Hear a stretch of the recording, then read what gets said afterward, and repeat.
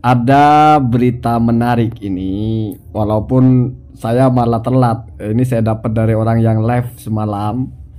Ternyata tesisnya Kiai Haji Imaduddin itu sudah masuk ke dalam satu apa ya, satu terbitan ya, yang diterbitkan oleh ini apa namanya ini ya,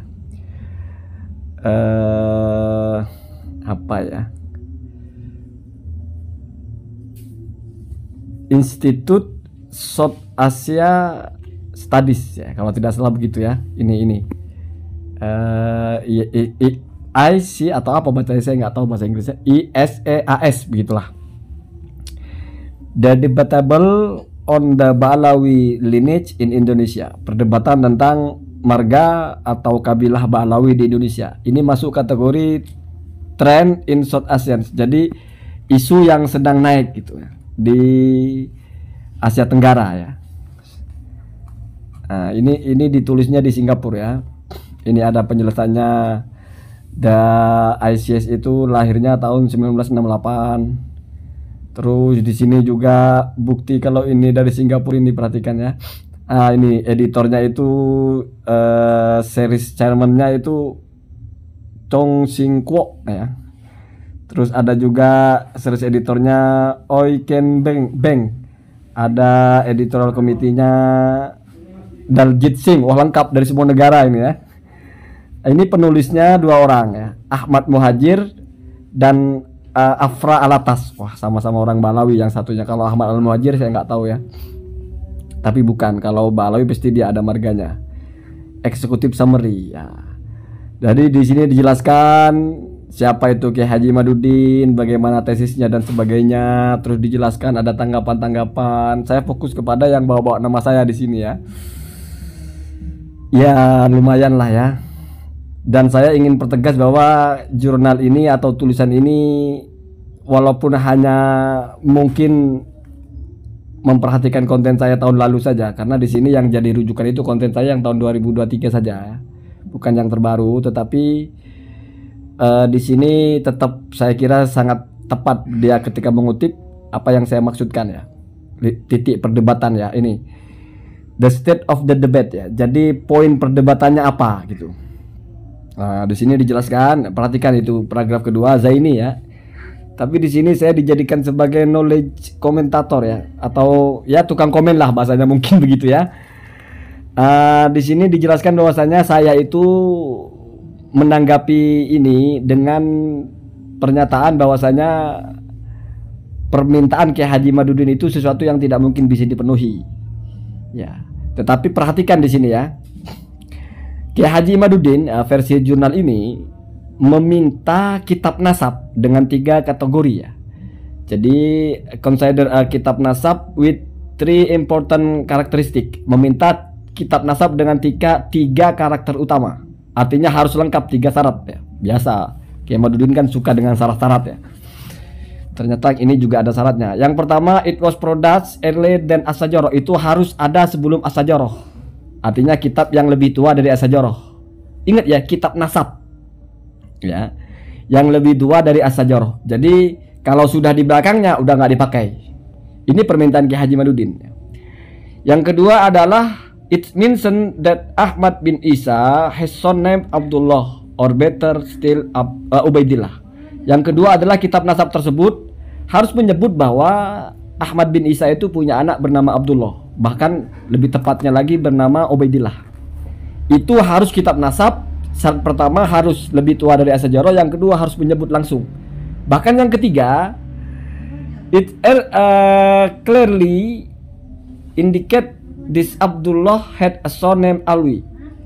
Dalam kitab nasab tersebut juga harus ada pernyataan Abdullah punya anak bernama Alwi, karena yang menjadi tonggak mereka ini dari Alwi, makanya disebut Ba'alawi ya. Jadi yang disebut namanya itu Alwi ya, Alwi. Ba'alawi berarti Abu Alawi, bapaknya sebetulnya yaitu Abdullahnya, tapi nama yang dikenalnya adalah Alawinya ya. Nah, Zaini ya, Zaini equates an even the four ya, to find this type of kitab nasab maksudnya, so an attempt to pass a camel through the eye of needle. Jadi kata Zaini, untuk menjawab pertanyaan Kiai Haji Madudin itu seperti harus memasukkan unta ke lubang jarum. Saya memang pernah berkata begitu ya.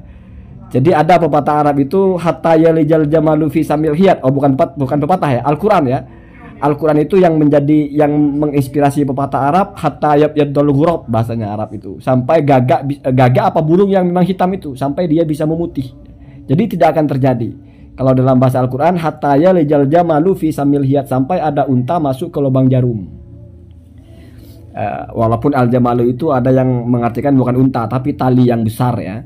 Artinya sesuatu yang tidak masuk akal. Nah, kenapa bisa begitu? It also appear that Zaini was only thinking of published materials.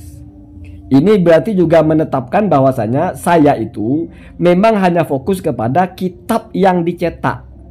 Artinya material publish itu kitab yang dicetak ya, karena saya tahu Kiai Madudin nggak kemana-mana, cuma nyari di Google saja, sehingga dia itu begitu ngegas nggak ada kitabnya, memang nggak ada. Kitab yang dicetak, kitab nasab berapa yang dicetak? Jadi ingat itu ya. Kalau apakah ada kitab nasab yang dicetak, yang tidak dicetak menyebut Ubaidillah, ya kita tunggu penelitiannya ya, dari Gus Rumel itu. Kalau jelas fix bicara kitab nasab yang dicetak seperti yang ditulis di ini, memang benar tidak ada. Kenapa? Karena kitab nasab itu tidak semuanya dicetak. As-Sajarah aja baru dicetaknya. Ditulis ratusan tahun yang lalu baru dicetak sekarang toh. Artinya banyak kitab nasab itu yang dicetaknya belakangan. Makanya kalau fokus kepada published materials ya, bukti konkret yang sudah dicetak ya memang tidak ada. Itu ya. Apakah benar-benar tidak ada source atau sumber-sumber sejarah pendataan yang mencatat Ubaidillah sebagai putra Ahmad? Ya itu kita tunggu saja bagaimana Rumel menjawab. Ini kan fokus bicara tentang tanggapan saya kepada pertanyaan Kiai Madudin itu. Memang pernyataan Kiai Madudin itu sesuatu yang tidak akan bisa kita penuhi, karena permintaan Kiai Haji Madudin itu syaratnya seperti itu. Ya. Walaupun di sini saya tidak baca semua apakah dia membahas bahwasanya itu bukan dalam rangka saya sepakat dengan pertanyaan Kiai Haji Madudin, tetapi justru saya menolak. Itulah perbedaan bagaimana saya membahas nasab dengan bagaimana Gus Rumil menanggapi isu ini. Kalau saya bicara teori nasabnya, pertanyaan Anda itu tidak masuk akal, sesuatu yang tidak mungkin terjadi. Ya. Tetapi pertanyaannya apakah berbasis pertanyaan itu lalu membatalkan nasab? Nah, itu baru kita diskusi. Itu baru kita bicara tentang teori ilmu nasab. Itu kan konten-konten saya setelahnya seperti itu sebetulnya. Cuman di sini saya nggak tahu apa dikutip apa enggak. Ya kemudian di sini dijelaskan ada Gus Rumel yang mulai menjawab pertanyaan itu dengan berkeliling ke Asia, ke Timur Tengah kemana gitu ya, dan seterusnya bercerita seperti itu. Sehingga di sini juga dijelaskan bagaimana selanjutnya perkembangannya ya. Jadi itu ya, ya setidaknya lumayan lah ya, sudah tesis itu sudah disoroti atau dianggap trending. Tetapi kalau analisanya adalah yang ngetren ya, berarti kan bukan soal kualitas toh. Nah, jadi perhatikan, ini bukan sesuatu yang penting menarik sehingga sampai disorot, enggak, tapi trending aja. Namanya trending Pak, misalnya kucing kawin yang ngetrending, laporannya aja kan yang ngetren ya, di tahun 2023 yang ngetren saja. Ada artis tabrakan, ada artis meninggal, ngetren, trending. Kalau kita mau buat reportase apa yang lagi ngetren ya itu. Jadi nggak bicara kualitas kejadiannya, nggak bicara nilainya, apalagi bicara itu benar itu salah. Tapi ini cuma bicara yang lagi trending. Mungkin yang lebih spesifik berkaitan dengan isu nasab ini dianggap lagi ngetren gitu, sehingga ditulislah dalam sebuah jurnal. Tanggapan saya sih begitu ya. Sebetulnya mungkin termasuk kepada meriset apa yang ada di media lah, ada apa yang ada di YouTube atau di situs-situsnya Kiai Haji Madudin itu, sehingga ditelaah dan disimpulkan seperti itu ya. Jadi begitu ya. Ya mungkin bagi sekelompok orang bangga gitu, wah tesisnya Kiai Haji Madudin sudah disorot oleh oleh institut dari luar negeri, dari Singapura.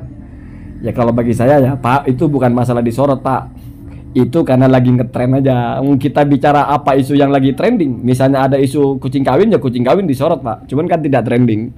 Allahumma dina ada sabil.